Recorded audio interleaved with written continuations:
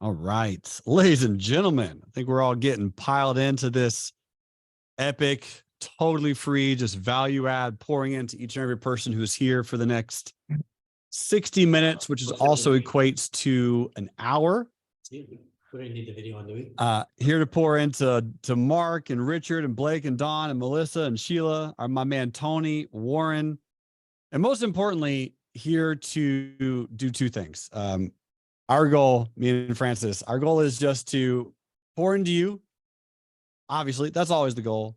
But secondly, her and I were chatting a few weeks ago about my book that just came out, which is how to sell using your story, using you, how to create more of the things that you want, which is magic, money, and freedom and memories, and use your story to create more money, which can help facilitate most of those things, a lot of those things. And we might be whiteboarding while we're here. We might be sharing and coaching with some of the ones who are here right now, pouring into you and just helping you kind of transcend where you're at and continue to provide optimal service to your customers, to your followers, all those fun things. So I'll start off with saying this. The company that I currently have now, one of my bigger companies, Real Life Trading, all started from me creating content immediately and just sharing with people where I was at and what I thought to be true whenever it was. Now, when I say what I thought to be true, opinions can change, people can change, ideas and thoughts can always change. But in that moment, you might feel a certain way. And that's okay. I'm always open to changing and shifting something. But one of my dear friends and mentors and coaches actually posted a video on this today. He said that a lot of people, when challenged with cutting a tree with an axe, will spend the first 40, 45 minutes sharpening the axe, and then they'll cut the tree. He said what he would do is for the first 5 minutes, swing that axe like a drunken madman at the tree as hard as he could until he was tired, until his hands hurt, to find out, did he need to sharpen the axe at all? Maybe we just want to have fun, because a lot of people will spend too much time procrastinating, sharpening the axe, spending time on something that might seem important, but never actually get the job fully complete. That's been really, in a way, the catalyst of my growth and contribution to the world presently, is I create a lot of bad content. When I say bad content, I mean before any delays. I sat down and I did it. I'll share with you also a gentleman who I've been using and using a lot of his content, interacting with a lot of his content. I'm sure most of you have heard of him, and I've mentioned him in my book. His name is Alex Hormozi. And 98% of his initial videos, he sat down with like a 1947, Razor phone and just started recording and just started posting content. Most of his audio isn't great. Most of his backdrops aren't great. They're not professionally created. He doesn't really care. He didn't care initially. He just started creating content. But the content's amazing. And I think a lot of us here probably relate a lot to, and we know a lot about Tony Robbins, Les Brown, Zig Ziglar, Jim Rohn, Dr. Joe Dispenza. They also did very similar activities when they first started. They just did it. They created it. So Francis, I would love to ask you, while we're here, and there's a lot of people who are here, and a lot of people who watch this on the recording, do you have a question for me specifically about you, about your story, and about how you can accelerate where you are? And if not, I'll start picking on some people in the audience. Oh, you're muted. Let me unmute you real quick. There we go. I might have muted you on accident. If I did, I'm sorry. No worries. I appreciate it. Thank you. So yes, I am more than happy to be a test subject on this call, hoping, of course, that it will serve everyone. And that's something I just want to reflect back to you, what a gracious giver you are, and what generosity to show up here today on this free seminar, free training, to just share your gifts and share your light. And as you know, as you light up other people, and if any of us on here, which I know we all will, have at least one distinction that helps us share our story, that's just going to have such a ripple effect on the people that need to hear our stories, because you were courageous, brave, and kind and generous enough to share yours. So thank you again. My pleasure. Yeah, absolutely. So a test subject. I'm going to ask you a question. Okay. And this is going to relate to everyone who's watching this. Give me something relatively controversial, scary, poignant, opinionated, one-sided in your journey in your life. Something that happened to you, something in your background that will cause some people to not like you if you say that out loud. Okay, can we back up from that question first? Because this is actually, I think, one of the bigger questions I have about storytelling. And you can tell me if it's just wrong and I need to create bad content. I am open to any and all feedback. When I first read your book about storytelling and about content that's relatable, and your story about the TV and watching and your, inspiration from that, well, let's go buy that Apple stock, right? And that really amazing story you had. I thought, two things. First, I thought I have so many stories, I don't know which one to choose. And I have no stories that anyone would be interested in hearing that's relevant to my business specifically. Love it. Yeah. So Heck yeah. I'm hoping there's someone besides me who has these questions in their mind. No, it's just you, but that's okay. Of course. Absolutely. Well, the second one is who would care to listen or who would be intrigued to listen. That's going to come down, I think, a lot of times to how you tell it sometimes, but also what's intriguing about it. Why should they listen? There has to be a why. There has to be something that you learned at the end of that story that's amazing. And the book, of course, Think and Grow Rich, talks about the continuation of thought from if someone needs something from you, help them see or feel that they want it. They don't know that they need it yet. So a great example, give me and give everyone here. I mean, I know specifically what you do, but tell everyone just overarching, what is your business? What line of business are you in? Okay, so I am in the business of real estate investing. I am in the business of helping conscious entrepreneurs invest passively in real estate through proven methodologies, and more specifically with the tools and the strategies and the skill sets to be able to effectively identify and analyze deals so they feel confident in making the decisions that are right for their risk profile, for their risk tolerance, and for their goals. Okay, perfect. So I heard some big, beautiful words in there. One of them being passive, one of them being strategic, one of them being deals. So a story would be very, very easy one that you got so wrong. Which you laughed immediately because I got it. I know it. So Yep. it'll start with something to the extent of, what does everyone want? So it captures their attention. Yeah. Very easily. Hey, I know you love passive income and you want more money in your mailbox every single month, right? Let me tell you about how I wanted the exact same thing and did the exact opposite. I failed so miserably and so inconceivably that I actually lost X amount of dollars and did XYZ totally wrong. Something to that extent. So you paint the picture of, here's what you're going to get, and here's the lessons you're probably going to learn. Here's the failure that I had, and then how to learn from it. Because people want a hero. They want to be shown what a hero looks like, and they want to be shown what the hero looks like inside of them. And that hero, when you're telling the story, they're going to picture themselves in your position, and they want to know how they would get out of it. And when people are painting a story, that's what you want to do, is you want to paint it so that they can see kind of what's coming potentially, and then the big reveal at the end. That's amazing. So that just helped me so much, because I have more than one story about that. And that's actually why I'm passionate about educating, because I want anyone with capital to not make the same mistakes I did, right? So when I revamped my business and I thought, okay, what do I actually want to be? Who do I actually want to serve? What does my business flow actually look like? I thought, I want the people that are in my investor database to be excited about my philosophy, vision, and ideals, because it matches theirs, right? And their vision.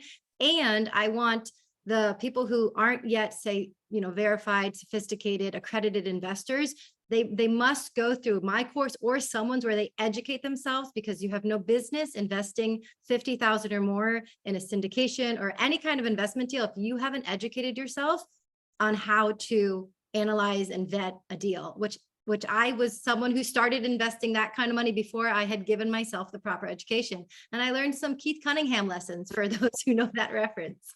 I went to some expensive schools. Yeah, for sure.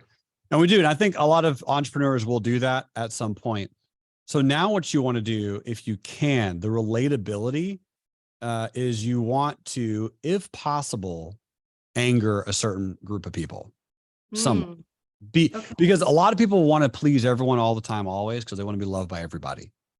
And one of the best lessons I ever learned was to make someone angry, even if it's one person, because they'll talk about you. And they'll talk about you to their friends, and the friends will realize that that's a pretty dumb thing for them not to like you about. So one of the examples being, I talk about Forrest Gump being my favorite movie. This is so subliminal that most people will never even catch it. But what if you hate Forrest Gump? Yeah. And they're like, Forrest Gump talks about misogyny and race and guns and violence and and they go off on this tangent like Forrest Gump's a terrible movie. It's like, okay, well, I'm taking a stance. I'm carving out, I'm letting everyone know Forrest Gump is my favorite film. And so if that frustrates you and annoys you, that's okay. I'm letting you know my truth. But that will frustrate people. The second thing is, I mentioned a lot of times my story that I was raised in a cult, and that cult being the Jehovah's Witnesses. Again, my belief is it's absolutely a cult. It's going to infuriate a lot of people who are in that religion and don't think it's a cult. People who are still in it and don't think it's a cult, if they're hearing it on YouTube or they're watching or whatever. So it will polarize some people to an extent. And then it's going to make me, which is true, it's going to put me lower because people are like, wow, how did this guy get brainwashed into being into a cult? That doesn't seem like something a very smart person would do. Now, granted, I was born into it, didn't have tons of choices on the matter, but it's still something that's concrete and evident where any individual can now know I have two things when I get really close and quick about my story. These two aspects are going to create an opinion, and they can form their distinction on if they want to like me or not based on that. That's super helpful, because then that inspires me to think, oh, what's true in my life? I was in a Catholic cult, actually. So some similarities there. We can have a conversation offline about as well, or here anytime. It's fascinating to me. The same thing as you. And that's actually one of the things that I learned is I wasn't taught how to critically think, because I was taught to blindly follow, blindly believe, because if you don't blindly believe and follow, then you go to hell. And it was as that, right? It's like, do this or go to hell, do this or go to hell, and don't question or you don't believe. So it's like, what person, when I share the stories of my learning lessons, my very expensive learning lessons in real estate, which is why I'm passionate about showing people the right method of how to do it. Someone might ask, well, why didn't you ask more questions? Or why didn't you do this or more due diligence, right? All very great questions. And it's, well, when I was raised in the way that I was raised, I was taught that that's not what you do, which makes no sense to this version of me. And yet that's all that version of me when I first started investing knew, because that's how I was raised. I love that. So what you just gave me is a very, very clear beginning, starting concrete foundation of telling that story, where have you ever written down your story like a monologue on a pen and paper? I'm sure you probably have. Bits here and there. Yes. Bits here and there. Okay. Lise shook her head, and thank you, Lise. By the way, I love Lise Tupel. I'm so happy she's here. Such an incredible woman. Write it down, because what I tell a lot of people is you want your story, your elevator pitch, your hook to be like a comedy skit. One of my mistakes in comedy was I emulated professional comedians where they had an hour, 2-3 hours on stage. They had this giant special. So they're able to weave this elaborate story, and they're able to talk, and everyone in the crowd knows them. So they're laughing at every other 2 seconds, and they think they're the greatest people in the world. So when I started doing comedy at the age of 16, I started doing exactly what they were doing. I would get on stage. I would tell these elaborate long stories with no real quick, punchy tangent punchlines. And that didn't work for like a year. And it took me a while to figure out, oh yeah, I need to get to it a lot faster, because no one knows who I am. No one cares, right? When I'm 16, 17, 18 on stage, they don't even know anything about me. So I need to actually tell jokes. I can't tell 4-minute long stories when I have a 3-minute set. So it's very, very beneficial for every single person here to write out with pen and paper your story and make it fit on an extremely small postcard. Meaning you have, in 3 minutes, a good comedy set should have 6 jokes. So in your 3 minutes of telling people what you do, if you have a you're in the elevator, someone asks you what you do, you're in a mastermind, you're doing a bio, you're doing a podcast, you're doing whatever. You should have 6 very specific in that quick time frame where this is what I'm at, this is intriguing, this was a hurdle that I overcame, this is what I'm doing, this is why it's important. They can be funny or not. Again, I'm not saying they have to be a comedian joke, but they need to be a tangible, evidential, tactical piece. Most people just go on and ramble on what they do. And then at the very, very end, people go, oh, that's kind of what you do. So write it. All of us here need to write it down. And for you, Francis, that would be so beneficial, is to say something like, most entrepreneurs invest in real estate incorrectly. They invest in real estate for one purpose and one purpose only, to make as much money as possible. But they don't know the risks, they don't know the downsides, and they're unaware of the hidden mysteries on the other side of syndications. My specialty is informing aligned, positive, $1 million entrepreneurs how to collect mailbox money, do it safely, and get inspired by their income so they can do other amazing things with their passive, their passive income, because I did this, this, and this. This is who I am. This is some background. These are some of my failures. 80 seconds, 30 seconds, 60 seconds, practice it, you nail it down, you get a little bit more comfortable with it. Amazing. Thank you. That's fantastic feedback. I really appreciate that so much. Yeah, of course. Sure thing. And again, if anyone's here, feel free to throw it to throw a question in the chat pane if you have anything about your story or anything that you would like to kind of hash out on. But essentially, for every single person here, the best application that I've ever seen and how I learned to do this was from a college professor. It was actually community college. Don't think I'm cool. Community college professor. His name was Dr. Carl Boone. It was creative writing. And he was teaching me how to take every single poem and make it something extravagant that had nothing to do with what was being talked about. So I give everyone here an example. There was this poem about baseball. Pretty standard poem, nothing interesting. Kids playing baseball, hitting the bat, hitting the ball, people are catching it, blah, blah, blah, and it rhymes, and it's a poem. Pretty short, pretty easy. It's about baseball. And Dr. Carl Boone, in front of all the kids, and says, this poem is about an alcoholic father who's never at his kids' baseball games. And we're like, bro, the dad's not even mentioned in the poem. How do you know that? And he goes, exactly. What kid isn't going to talk about his dad being in the stands if he's in a baseball game? His dad's obviously an alcoholic. It says it right there that he's not even there. I'm like, no, it doesn't say it there. And he's like, exactly. And what he helped me realize over the course of this semester was one of the best courses and one of the best classes I've ever taken. But it helped me realize that you can make anything about anything if you drill it down close enough. Everything that we do and interact with on a daily basis, we can and should practice weaving into some type of story that will help us create content. That content is relatable because every single person does it. I'll give you a quick example. This morning, I woke up 5:45 a.m. and I was the thirstiest I've ever been in my life. Has anyone here woken up and felt like you had just drank a bottle of peanut butter all night, and you get this huge glass and you drink it, and as soon as you drink it, you get this giant brain freeze because the water is so cold? And I did that this morning. And as I was doing that, it helped me remember and realize that some of my real estate clients are so thirsty for deals, and I have so many deals that I'm getting a brain freeze.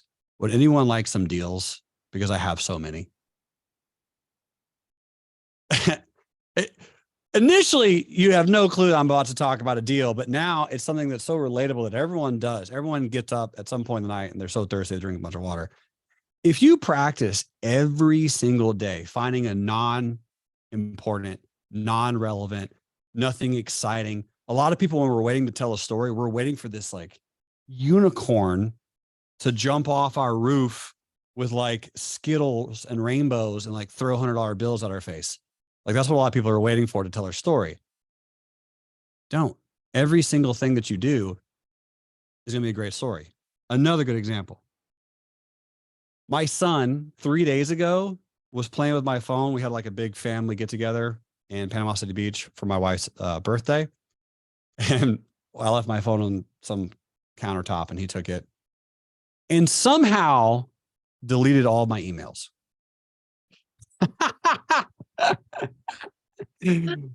All of them. Every inbox, my Yahoo, my Gmail, my real life trading, my other Gmail, my other one, delete all of them. And I don't know exactly how he did it. And I'm blaming it on him because it wasn't me. It wasn't my wife. So I don't know who else it could have been. And he was sitting there playing with it. I have a video of him. I can't play it right now because I don't think you're not gonna be able to see it if I shall show you real quick because it's a very, very funny video. You can't see this. You can kind of see he's standing over the video and he turned the video on and is like, so however he did this, he was recording the whole thing and he deleted all my emails. I could easily tell a story from the feeling that I had when all my emails were gone, the panic and the relief, the instantaneous happiness and the instantaneous fear of like, all my data's gone. Who sent me all? I have deals, I have emails, I have attachments, I have stuff for taxes, I have invoices, I got receipts. But what am I going to be mad at a 19-year-old? Number one. But number two, I have no emails. My inbox is literally clear. My email folder says 0. I feel more free right now than I felt in my life, team. So what a gift he gave me. We could tell a story about that. And every single person here could come up with small things. So what I'm going to do is I'm going to pick the 3 beautiful women who were brave enough to come on camera. And I want you to think, I'm going to give you some time. I'm going to go with Frances first, though, because she knew this webinar was happening. Come up with something in the last 3 days, non-consequential, nothing important. It's not going to make the news. And figure out a way to tie it to some emotion that other people have. Because if you can do that, you can tell a story. All you have to do is tell emotions to tell a story. Okay. I mean, the first thing that came to mind, but I don't know if this is actually relatable or not, is I started getting on Zoom calls at 6 a.m. Right. So I got up at 5:30, did a meditation, and then got on some Zoom calls about AI because I'm really excited about learning about AI. So by the time about 11 o'clock comes on, I've been on Zoom since 6 a.m. So I jump in the water in front of my house for a board meeting. Right. And so my partner and I are discussing the calls while we're surfing. And that to me is why I've created the life I've created. So that I love learning. I love sharing. I love growing. Like this is who I am. I'm always learning new things and going to new seminars. And I love that my lifestyle also allows me to be in nature and just literally jump in the water and then jump back in. Like I'm going to be on with Jeremy now. This is amazing to me. This is so exciting. And also when my hair is still a little wet. I heard you say something epic. Board meeting. Were you surfing today? Yes. Board meeting. Yes. I'm a very punny person. Yes. Thank you. So that's the story. That's an Instagram. That's a YouTube. That's whatever. Ready? Hey team, my name is Francis. Would you like this to be your board meeting? I'm about to go surf, but I also did all my work first. I meditated. I had 4 hours of Zoom calls because I live my life in a place and in a state of abundance. You can have this exact same life. I want you to have this life because I know that if you're watching this right now, you crave freedom. You love the water. You want to surf. You want to have a great body. You want to be healthy and you want to make a ton of money. I can help you do that. Last month, I made $6,000 passively off of Airbnb real estate rental portfolios. Click the link below to figure out how. Boom, 60 seconds, done. People will watch that reel and it's fun and it's engaging and it's easy. And every single person here, team, we can have that practice. It is, I promise it's a practice. I make it look easy. I know, but that's because my dad was a salesman. This dude it was a gift.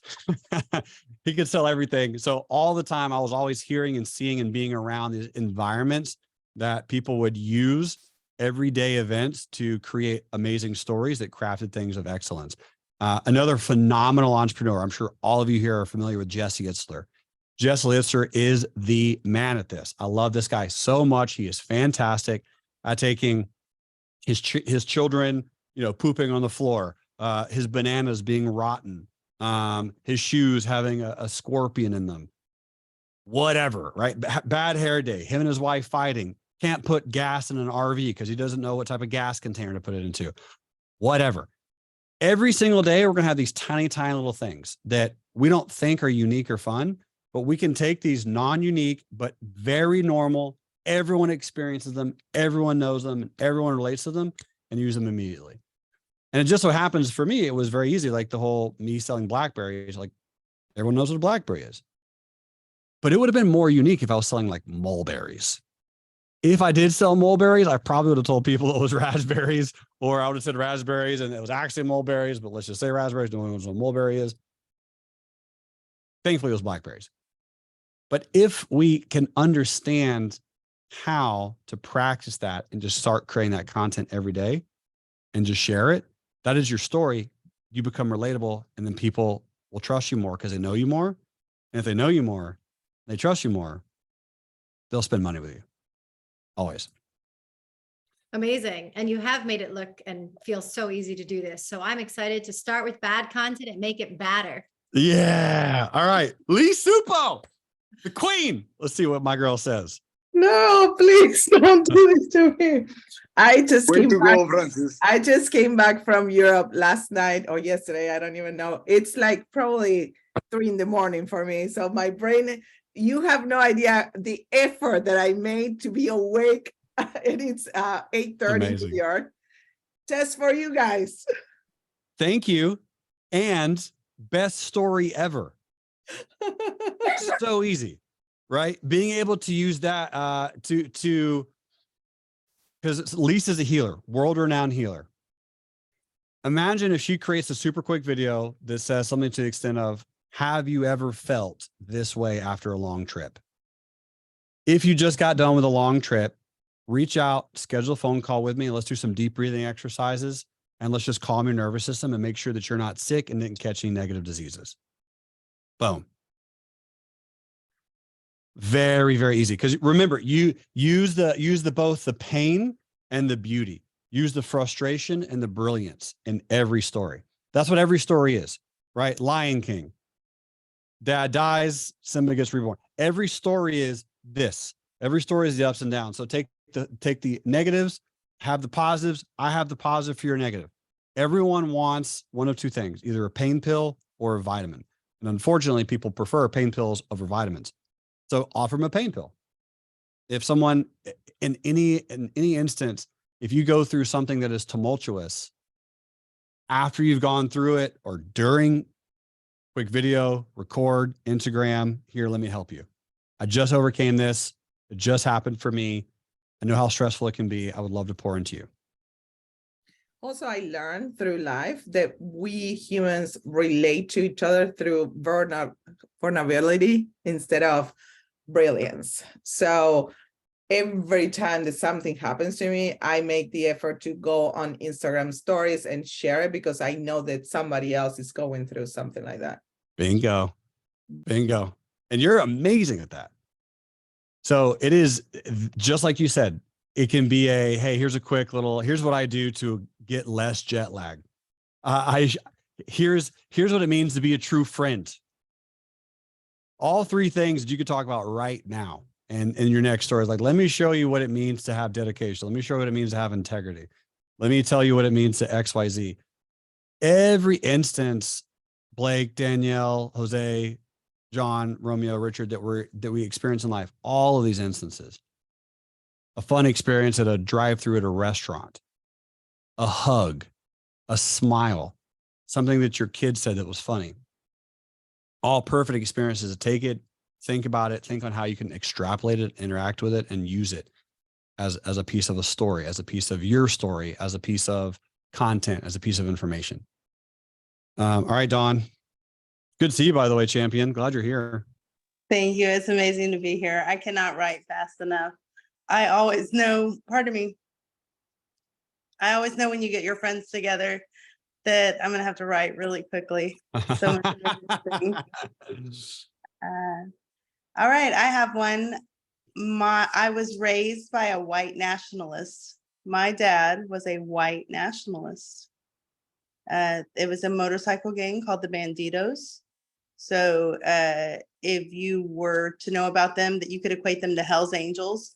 But the Bandidos are especially special. Germany fights to keep them out of their country. They are a very serious hate group. My dad could never instill any of that in me. That was not teachable to me. It's just not in my spirit. But so how do you talk about that? And like Mhm. to your original point, there would be people that would not listen to another word I said. What do you mean your dad was part of a motorcycle gang and you were raised by him, right? Hold on. They'll listen. When you said that, no one dropped off this call. All right. That was the coolest thing I've heard in a long time. Number one. Number two, people might disagree with what he did. That's irrelevant. That is a very strong hook, and that needs to be part of your story forever. Now, the second thing is you should also talk about, you mentioned this, and I loved it when you said it. You're like, he didn't teach me that, because you're like the embodiment of love and you have zero hate in your entire core.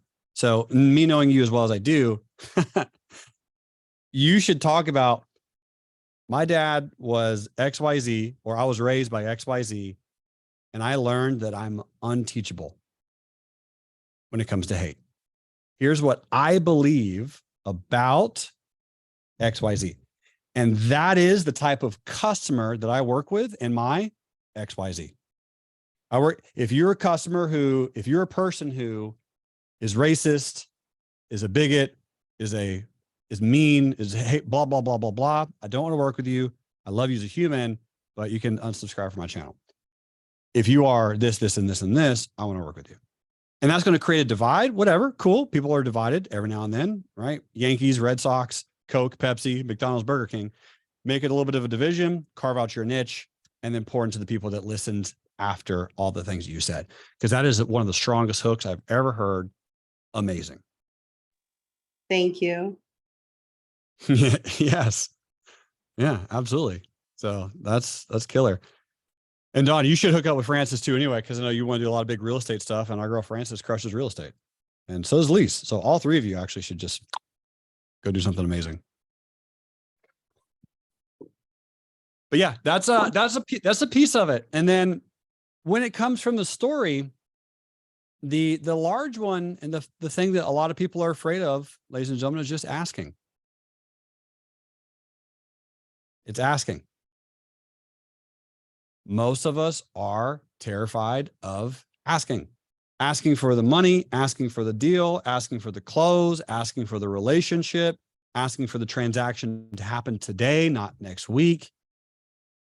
Because you might get a no, you might get rejected, you might not be good enough, you might not be comfortable. I struggle with this frequently because I am so nice, I am so giving. I just want to give everything to all the people all the time, always, and I never want to ask. And so one of the practices that I've had in my experience is letting people know ahead of time, hey, this is going to have a price component to it. I like to mix and blend in different words to feel what seems good to me. And that's one that I love. Hey, this is going to have a price component to it. Let's discuss what that looks like for you. Here's my pricing structure. Here's how the invoicing will look like, or this is what the invoicing will look like. Using words that aren't as damaging to me personally, right? I still am healing from certain words. I don't know why. I'm working on it. But there are some words that just make me feel weird. For example, hey, this is how much you should pay me. Like I almost throw up. I do. I don't want anyone to pay me, but I want people to give me value, right? Here's the pricing structure. That just seems so easy to me. I don't know. Like here's how the invoice is going to be structured. $5,000 every XYZ amount. That's okay. But when I tell people to pay me, Find your words. Your words will shape your beliefs. Your beliefs will create your definitions, and your definitions will change your life. And you can alter all of those as you get forward in your sales campaign. Danielle says pricing, structure, and invoicing. Yes. Danielle, that is gold. It is literal, absolute legendary wording, because I don't think anyone here is in this exact position, but type in a 2 if you ever get scared asking for phone numbers. Some people do, some people don't. All right. No 2s in this particular class. All right, we got 1. Thanks, Romeo, for being brave. I will teach you all a word, phrasing, and association. And the reason I've worked on my words so much, one reason is because I used to stutter. The second is because I had a really strong accent for years. So what you're seeing in front of you is tens of thousands of dollars and hundreds of hours of voice coaching, practicing, memorization, all the things. If you want to get someone's phone number, this can be dating information, by the way, if you're single and looking to mingle. You want to get back into the dating game, if you need to get whatever, business contact. If you meet Gary Vanderchuk and you're like, I would love to get Gary's phone number. If you want to get someone's phone number, this is the exchange of words that I've used for a 99.8% completion rate. I've only had one person not give me their phone number, and they gave me their email. And this person was a little bit older, so I don't hate them on that. That's just their preference for communication. I go like this: break out the phone, open it up. Now I know you could scan the QR codes or whatever. I'm a little old school for that. I say, let's exchange information. It's money. Now here's why. It sounds like they're getting something. The word exchange is like, oh, I'm getting something, you're getting something, we're all getting something. And information. So if I go up to someone and say, hey, can I have your phone number?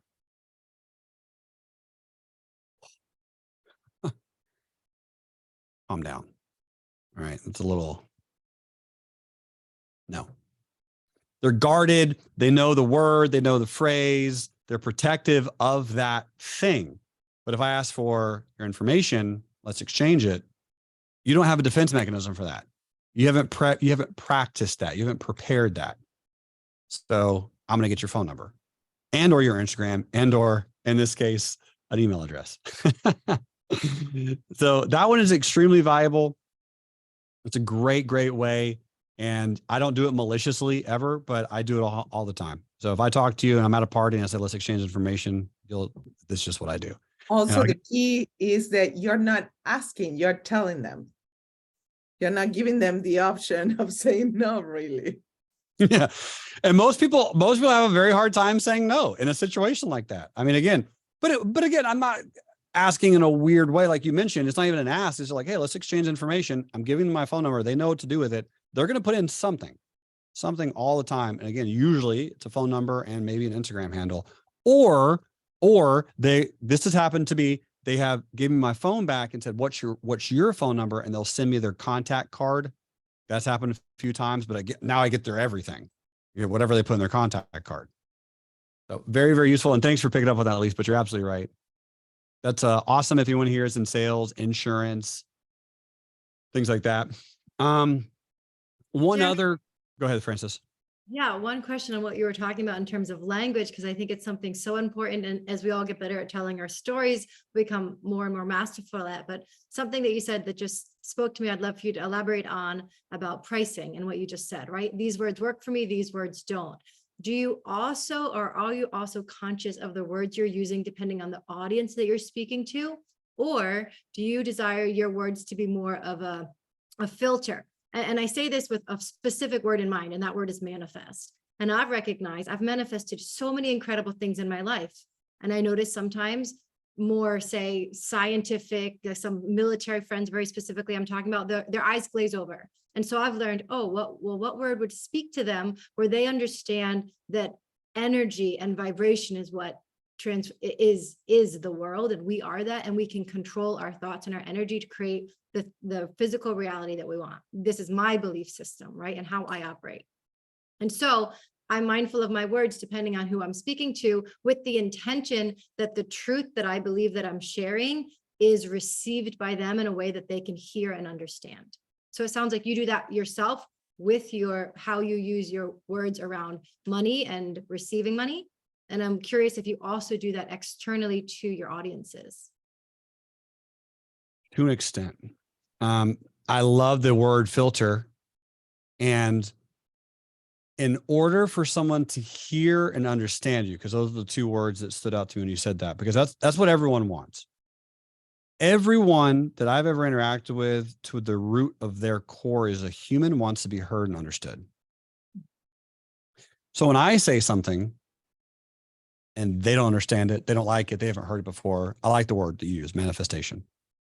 And they're like, well, because I was a little bit with that word like 5 years ago. And now I married the queen of woo. So I'm in it. But yeah, 5 years ago, I didn't know that. But so what I will do is, instead of assuming the filter, I will do my best, if possible, and if I have the time, to ask questions to gauge where certain members of the audience or individuals I'm speaking to are at on that level. Simple question could be, do you believe in miracles? Tell me a really crazy story that happened to you where you couldn't explain the outcome. Do you believe in coincidences? What's your thoughts on predetermined destination, stuff like that? Just to gauge where they're at in general. If I'm in front of 1,000 people, it's going to be harder. So what I'm going to do is, again, depending on the energy of the event, if I'm at a YBL conference, I'm good. If I'm at a Tony Robbins, Joe Dispenza conference, I'm good. If I'm at one of my conferences, I'm good. But if someone, let's say Dawn, got 500, well, in Dawn's case, it'd be good too. But if I go somewhere, I don't really know exactly the style of audience, I will try to find someone in that audience. And if I say the word manifestation, what most people will do is they will teach the word, and they'll teach the vibration, and they'll teach all of that. My style has always been, if I say a word that I know is going to be unique to them, even if it's one person in the audience, I'm going to go ahead and take the assumption, instead of asking, I'm already going to assume that they don't know, because here's the genius behind it. If I go, blah, blah, blah, blah, blah, I manifested my dream woman, and now I'm in my perfect relationship. Now, I know some of you are freaked out by that word manifestation.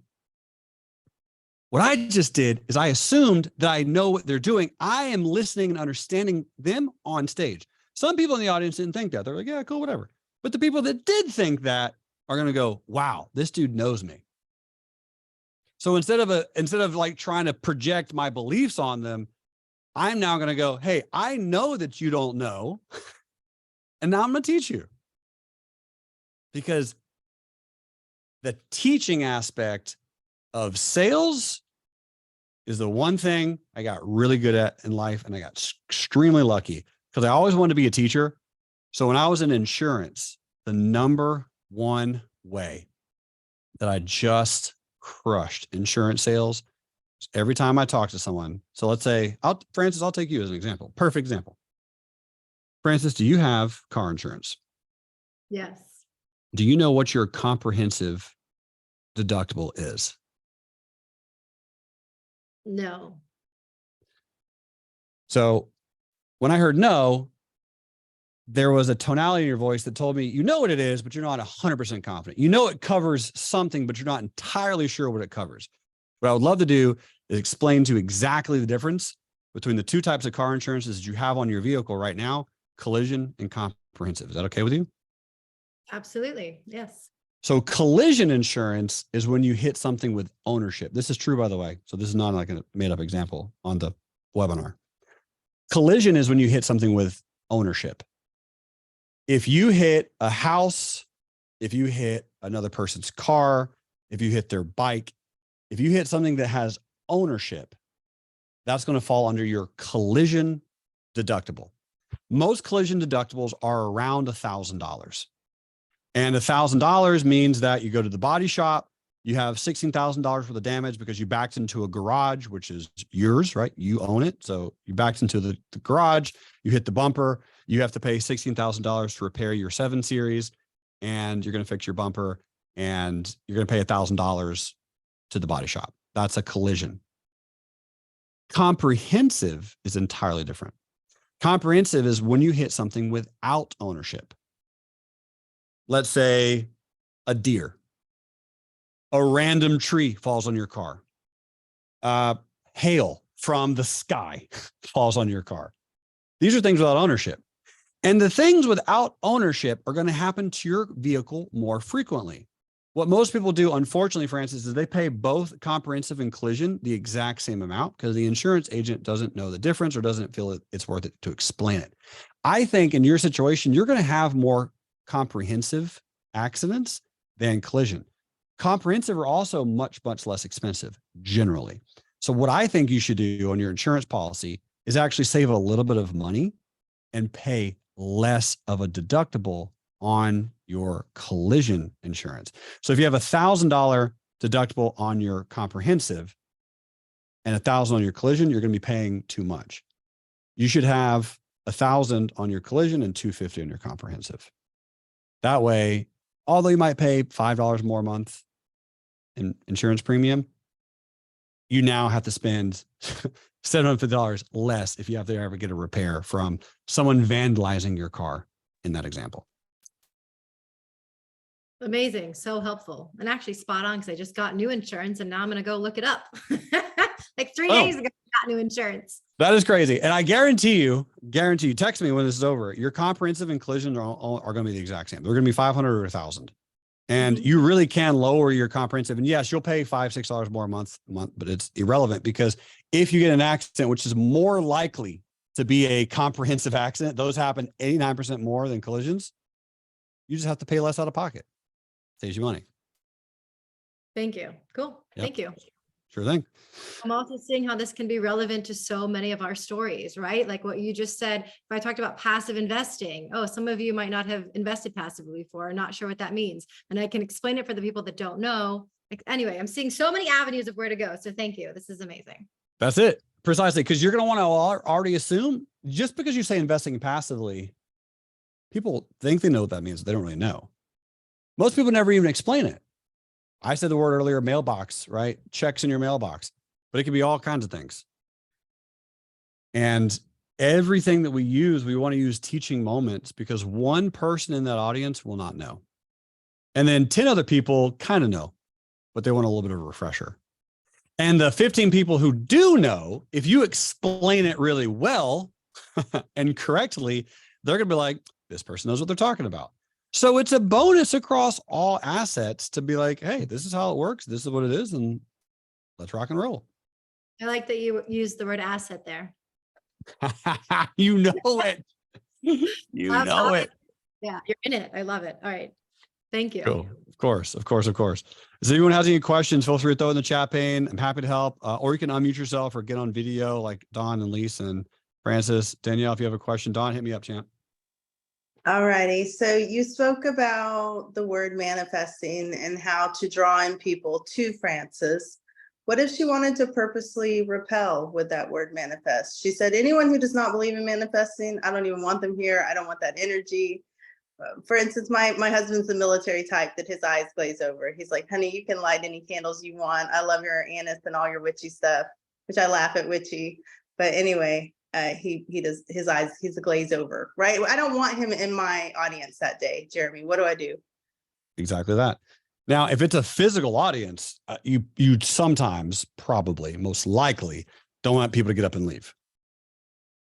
Unless you just know your content is so legendary that everyone who is going to stay is going to just love it. And they're going to rave about you and you want people to leave the audience. That's a rare in-person tactic. On webinar, on YouTube, on your Twitter, absolutely. Right? Feel free to create that. Like, hey, I don't care. Like, if you don't believe in meditation, go for it. But the problem is, and the unique solution is, most people don't know. If you're doing something awesome and it's working for you, there's a really good chance most people have no idea what it is. And it's our unique offering and capability as a story creator and someone who would love to receive income from telling the story to facilitate a learning experience for everyone who doesn't know. Because Lise would agree that she's pretty far on the woo scale. And so there can be times where she can totally repel people if she wants to. That's awesome. But if there's ever also a moment where she's like, hey, this person might not have any idea, but maybe they really, really want to, and they might be intrigued. My brain is assuming that every single person on planet Earth wants to learn how to trade the stock market. I don't know why they wouldn't. Like, what? Who would not? So if you go in with that perspective of like, who would want to manifest? Like, it's easy, it's simple. You just dream, pray, hope, want, and crave, and release the right way. And like the chances of it increases exponentially, so on and so forth. Who wouldn't want that? They should want that. So you can absolutely slowly, pull them into it through love. I tell people all the time, when you become masterful at this, the absolute legends, they only repel a very, very select few group of people because they are so overwhelmingly positive. They're like toxic positivity. Jesus is a great example, right? Jesus is So a great. how about a living legend, Jeremy, is what I was about to ask for. Hit So me. you said legend. So who do you consider a legend in this besides Jesus? Living, please. Marianne Williamson. Mm. Yeah. Marianne Williamson, she's running for president. And yeah, I know, Lise, it's crazy. She's running for president. Now, she's very open by this, by the way. Like she's all over social media. Like she's doing it. And here's the thing. I love her. She's amazing. She's changed my life in a million ways. She's not going to win. And the challenge is because she's too smart, right? She's written too many books. At least me and you are very well read. And when I read Return to Love or the Divine Code of Abundance, it's like, as I'm reading this, it's like, oh, this is heavy. Like it's so good, but it's thick. And when she's answering questions, political questions, she's answering them in such a massively phenomenal way, so high level that in my opinion, the general public, aka the people who would be voting for her, are lost. They're not going to know what she's saying. So, but she is a legend at that. She is so good at educating the people who want to learn and totally bifurcating the ones who don't. And that's how she made her living. And she is remarkable at that. Well, maybe she's not trying to be president per se, but she's trying to make some changes or something, or just planting the seeds. Who knows? Yeah, she is though. She is. I mean, she's running. Like she did the debate. She is in it. She's fully. And I hope she wins, man. Like that'd be awesome. Let's go, Marianne. Like all about it. I think she's very vivacious, extremely talented, and so smart. When are you running? I'm gonna launch in 2027. Yeah, 2027. Hopefully, that's going to be the build-up campaign for 2032. So if it happens in 2028, amazing. But most likely 2032 is when everything starts really clicking and rocking and rolling. So Amazing. thanks, Lise. You're so cool. But yeah, I think just really, really quick to get back to my boy Jesus for like 20 seconds. He bifurcated so many people because he taught, right? He sat with, he ate with, he engaged with, he was present with everyone. Tax collectors, people who have been in jail, people who were sick, people who they didn't appreciate or right. He was with everyone, and people were like, who is this guy doing all the things, all the people? You can't do this, right? The Pharisees, they're all like the Roman council. Everyone in that world thought that he was treacherous. And so he was crucified for treason. But the point is, he taught through such an extreme example of love and all inness. And I could go on for a whole nother. In fact, Francis, we probably should later, next month, 2 months from now, have a free webinar on how rich Jesus was. Because once I learned how much money my dude had, my whole brain about the Bible and spirituality and religion and Jesus, everything shifted. It was really, really cool. I would love that. Absolutely. All that being said, though, getting back to what you mentioned about the words, the way I know that is because I sat down in silence, because in silence we hear the most.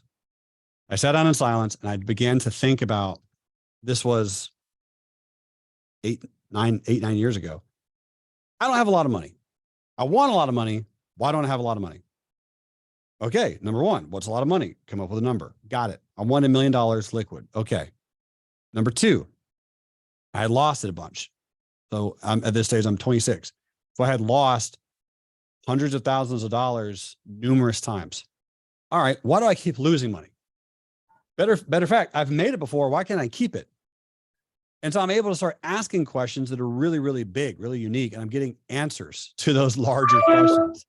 And when I'm getting answers to those larger questions, it helps me realize that a lot of it is my beliefs. And I was like, okay, well, this is my belief about this. And so then I asked the question, how do I change that belief? And the way you change your beliefs is you change your words. That's it. You change your words, you will change your beliefs. Because the things you begin to say, your thoughts create things. Your words build your world. That's why it's called, you ready for this, Lise? This is new. You're going to like this. That's why it's called universe.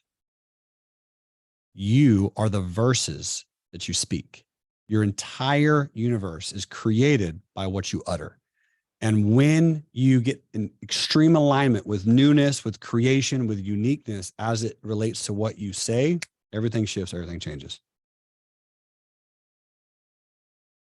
Powerful. Wow. Thank you so much, Jeremy. That's incredible. Yes. Universe. I'm going to hear that word. Just gave me shivers when you said that.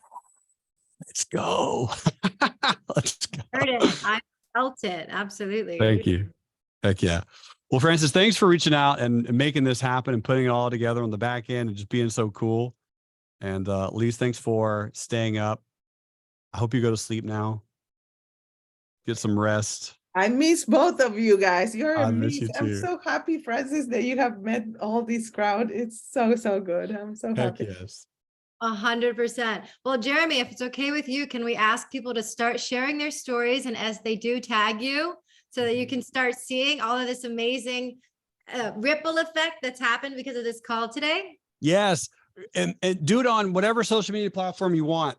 Super cool tip that I learned from Brittany Turner, one of my friends and mentors. You can tag someone and shrink their name down so where no one else can see it other than the person that you tagged. And that works for everyone. So you can tag like 500 people and shrink it down into nothing so that literally no one can see it. So it doesn't take up your screen and your image, but the person that you tagged will see it and then they'll respond to it in your story. It's a really, really, really great. Hide it. You can hide it at the bottom too. Another Instagram legend, but yes, correct. So all kinds of cool. I'm new on Instagram. I've been sharing my stories through text messages, phone calls, and email. That's kind of how I've been doing it for 10 years. Hey guys, thank you. You're welcome, It's good Jose. to see you guys. Okay. Thank you, Francis. Thank you. Love Love big you guy. guys.